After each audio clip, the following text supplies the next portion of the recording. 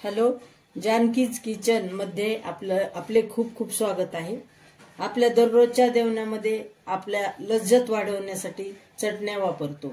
आपण भरपूर प्रमाणात चटण्याचा उपयोग करतो, पण आज आपण जरा अशी एक हटके चटणी दाखवणार आहोत, ज्यात प्रोटीन भरपूर असते। यातील सर्वच पदार्थ आरोग्यदायी व पोषक असतात। ही चटणी ओला हात न लावल्यास वर्षभर टिकते। आज आपण पूड चटणी दाखवणार आहोत। आपण गॅस चालू केलाय, कढई तापायला ठेवली आणि ह्या ग्लासाने आपण 1 ग्लास हरभऱ्याची डाळ घेतलेली आहे। डाळ भाजून घेऊ, आपल्याला लाल अशी भाजून घ्यायची आहे। डाळ छान भाजून घेऊ मंद गॅसवर। आपली डाळ छान भाजून झाली, ही लाल भाजली आहे खमंग छान। याला आपण तेल टाकलं नाही, काही नाही, कोरडीच भाजली। आता आपली झाली भाजून, हे काढून घेऊ आणि गॅस चालूच आहे। आता आपण दुसरी डाळ भाजून घेऊ। ह्या ग्लासाने अर्धा ग्लास आपली उडदाची डाळ आहे, ह्या ग्लासाने। तर ही उडदाची डाळ आपण आता छान लाल भाजून घेऊ, कोरडीच भाजायची आहे। ही आपली उडदाची डाळ लाल खमंग छान भाजलेली आहे, तुम्ही पाहू शकता। आता आपण ही डाळ त्याच्यामध्ये काढून घेऊ। हरभऱ्याची डाळ ही भाजलेल्या डाळीतच आपण ही डाळ टाकून घेऊ। कढई गरम आहे, कढई ठेवली आणि आपल्याला आता थोडीशी मोहरी, पाव वाटीच्या पण कमी, ह्या वाटीनं पाव वाटीच्या पण आपण कमी घेतली आहे, तरी ही कोरडी भाजून घ्यायची। आपली मोहरी छान भाजून झाली आहे, पूर्ण तडतडली, छान भाजून झाली। आता आपण मंद गॅसवरच आपण करायला सगळं। ही मात्र कोरडी भाजून घेतली। आता आपण ही डाळीमध्ये टाकणार आहोत, डाळीत टाकायचं आणि आपल्याला मिक्सरवर पुन्हा फिरवायचं, सगळं बारीक करायचं। आता आपली मोहरी तडतडायची कमी झाली, म्हणजे भाजून छान निघाली। तडतडायला थोडी कमी झाली की भाजणं झाली म्हणायचं मोहरी। आता याच्यामध्ये आपण मोहरी टाकून घेऊ।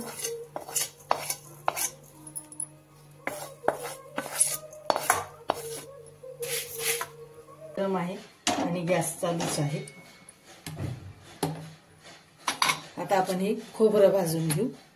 हे खोबरं जे आहे ते ह्या ग्लासानेच आपण, एकच ग्लास आपण घेतलाय, ह्या ग्लासानेच 1 ग्लासभर खोबरं घेतलेलं आहे आपण। आपण छान हे खोबरं थोडंसं तेल टाकून भाजणार आहोत, थोडं तेल टाकू, जास्त नाही। आपलं खोबरं मंद आचेवरच आपण छान भाजून घेतलेलं आहे बघा। आपल्याचा तर चटणी टिकण्यासाठी आपल्याला उन्हाला छान वाळवून घ्यायचा। ओल्या जर कढीपत्ता घेतला तर तो जरी भाजला तरी आपला कुडकुडीत होतो, पण ते 5-6 महिनेच टिकतो, जास्त दिवस टिकत नाही। हा वर्षभर ही चटणी आपल्याला टिकते, त्यामुळे हा वाळवून घेतलाय आपण, धुवून कढीपत्ता स्वच्छ। आता याच्यामध्ये थोडं तेल टाकू आपण।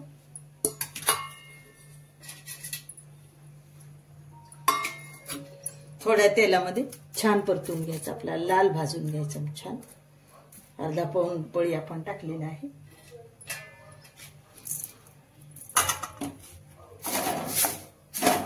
आता आपला कढीपत्ता छान लाल भाजलेला आहे आपण कमी तेलामध्ये। तर हे आपला कढीपत्ता किती छान कलरवर झालाय, तुम्ही पाहू शकता, किती छान भाजला गेलाय, वाजायला लागलाय छान, म्हणजे असं कुडकुड। आणि उन्हाला आपण 2 दिवस कडक उन्हात घालून ठेवलेला, हे खोबऱ्यावर आपण टाकून देणार आहोत।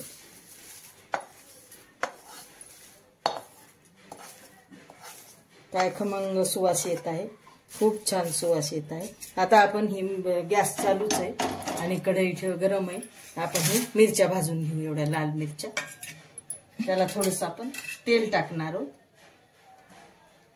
अजून थोडंसं टाकू, म्हणजेच पावपळी, आपण जास्त टाकलं नाही, ह्या पळीनं पावपळी तेल टाकलंय आपण।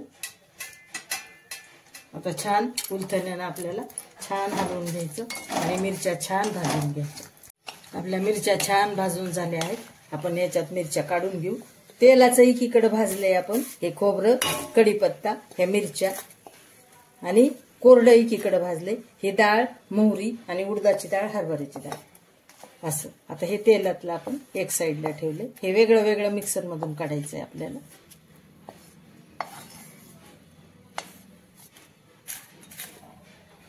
आता हे त्याच्यामध्ये थोडं तेल आहे. आता याच्यामध्ये आपल्याला थोडं तेल टाकायचं अजून, आणि आपल्याला ही थोडीशी 8-10 बुटके आहेत, 10-15 आहेत जवळपास. हे आपल्याला तळून घ्यायची. चिंचाची वाळलेली छान बुटकं आहेत, वाळवून उन्हाला घालून ठेवले आपण कडक उन्हामध्ये. हे आपल्याला तळून घ्यायची. आता छान चिंच तळून घ्यायची. आपण छान तळून घेतलेलो आहोत. याला आपण अर्धी पळी आधी टाकली होती, अजून पुन्हा अर्धी पळी टाकली. 1 पळी तेलामध्ये चिंच आपण छान भाजून घेणार आहोत, लाल तळून घेणार आहोत छान. चिंच मात्र तळताना काय करायचं, चिंचुके सगळे काढून घ्यायचे. त्याच्यात चिंचुके असतात चिंचामध्ये. हे मी सगळे काढून घेतलेले आहेत चिंचुके, आणि उन्हाला घालून मीठ लावून उन्हाला ठेवली होती चिंच. मीठ लावून उन्हाला ठेवायची, 2-3 दिवस ऊन द्यायचं, म्हणजे 1-2 वर्ष चिंच जाते. माझी ही 3 वर्षाची चिंच आहे. चिंचा इतकाच हा गुळ घातलेला आहे आपण. चिंचा एवढाच गुळ घालायचा, अंदाजे तेवढाच घालायचा. पाववाटीच्या कमी चिंच घातली मी, आणि पाववाटीच्या कमीच गुळ घातलेला आहे. तसा अंदाजानं गुळ घालायचा. आता हे चांगलं गॅस बंद करून टाकते मी. गुळ चांगला पगळून घ्यायचा. आता चवीप्रमाणे मीठ टाकून घ्यायचं. आता 1 चमचा टाकले, 2 चमचे मीठ. तुम्ही कमी जास्त प्रमाणात, कुणाला मीठ कमी लागते, हे 2.5 चमचे मीठ टाकले मी. आम्हाला मीठ कमीच लागतं थोडं. आता हे सगळं चांगलं मिक्स करून घ्यायचं. आता थंड झालं की नाही, आता सगळेच मिश्रण थंड होऊ द्यायचे. हे सुद्धा मिश्रण चांगलं थंड होऊ द्यायचं, आणि हे सुद्धा मिश्रण सगळं थंड होऊ द्यायचं. मिरची टाकली याच्यामध्ये, कढीपत्ता तळून टाकलाय, तळलेलं वेगळं ठेवलंय. हे आपण खाली खोबरं तळून घेतले. याच्यामध्ये 2 डाळी, उडदाची आणि हरभऱ्याची, आणि मोहरी कोरडे भाजून घेतले. हे कोरडं वेगळं मिक्सरमधून काढायचं. हे जरा भरडा काढावा लागतो थोडा, रव्यासारखा, रव्यापेक्षा थोडा मोठा. हे काढायचं, हे बारीक काढायचं, आणि नंतर हे शेवटला हे काढायचं मिक्सरमधून. हे गूळ आणि चिंच, हळद, हिंग, मीठ हे जे आहे तळून घेतलेलं आपण, हे नंतर शेवटी काढायचं. आता हे चांगलं आपण मिक्स करून घेतला गुळामध्ये. चिंच गुळामध्ये छान मिक्स करून घेतली आपण. आता आपण ह्याला टाकायची हळद, म्हणजे आपली पूड चटणी थोड्या वेळात तयार होते. हे 1.5 चमचा हळद टाकली आपण. हे 2 चमचे हळद झाली ह्या चमच्यानं.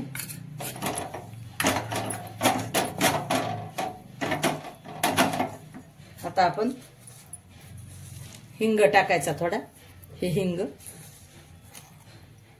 चांगला 4-5 चिमूट हिंग टाकलाय आपण. चांगला वास लागला पाहिजे. 4-5 चिमूट हिंग. आपली कढई गरमच आहे, गरम तेलामध्ये सगळं असं आपलं एक मिक्स व्हायला लागले. सगळं छान मिक्स करून घ्यायचं. आता हे सगळं थंड होऊ द्यायचं मिक्सरमधून, आणि मग मिक्सरमधून काढायचं. हे सगळं आपलं थंड झाल्यानंतर आपण जे उडदाची डाळ, हरभऱ्याची डाळ आणि मोहरी घेतली होती, ही कोरडीच भाजलेली होती आपण. तर ही आता आपण मिक्सरमधून काढून घेतली. हे असा भरड करून घ्यायचा, असा थोडासा रव्यापेक्षा थोडासा मोठा असं भरटून घ्यायचं. पूड चटणीचं हे आपण कोरडं भाजलेलं हे करून घेतलं. आता आपल्याला हे मिक्सरमधून काढून घ्यायचं. त्याच्यामध्ये आपण मिरच्या भाजून टाकल्यात, लाल तेलामध्ये भाजल्यात. कढीपत्ता आपण तेलामध्ये भाजलाय छान, आणि खोबरं भाजून घेतलंय, तळून घेतलंय छान थोडं तेल टाकून आपण. तर हे मिक्सरमधून आता आपण हे मिक्सरमधून काढलं. याला हे आपण मिक्सरमधून काढलं. तर ह्याच्यामध्ये आपण काय केलेलं आहे, हे खोबरं, कढीपत्ता आणि लाल मिरची असं हे मिक्सरमधून तळलेलं हे काढलेलं आहे आपण. तर हे आता याच्यामध्ये ह्या पिठामध्ये मिसळून घेऊ आपण. सगळं एक करायचं मिसळून. हे आपण मिक्सरमधून काढून घ्यायचं. आता चिंच, गूळ ते तळलेलं आपण चिंच तळून घेतली, त्यामध्ये गूळ टाकला, हळद टाकली, हिंग टाकलं आणि मीठ टाकलं. तर हे 5 प्रकारचं आपण तळून घेतलेलं हे आपण मिक्सरमधून काढून आता त्याच्यात टाकणार. हे जे मिश्रण आहे ना, आपण हे तुम्हाला सांगितल्याप्रमाणे मी ते चिंच, गूळ, हळद ते सगळं आपण ह्याच्यात टाकून, मीठ, हिंग टाकून मिक्सरमधून काढले. त्याच्यात आपण थोडं थोडं पीठ टाकून अजून हे मिक्सरमधून काढून घेणार आहोत. आता ह्याच्यात आपण थोडंसं हे टाकलं, खालचा भरडा केलेला आपण मिक्स करून. काय असते ते गुळ आणि चिंच तळलेलं थोडं चिकट असतं ना, त्यामध्ये हे खालचं पीठ थोडंसं टाकायचं. हे मिक्स करून घेतलेलं सगळं आपण आधी मिक्सरमधून काढलेलं ते टाकायचं. ह्याच्यात असं मिक्सरमधून काढायचं. आता सगळं मिक्स करायचं हे, आणि पुन्हा थोडं थोडं सगळं एकदम म्हणजे मिक्स होते. आता सगळं मिसळून घ्यायचं हे. आता आपण हे सगळं मिक्स करून घेऊ आणि एकदा सगळंच मिक्सरमधून काढून घेऊ आपण, म्हणजे आपली पूड चटणी तयार होती.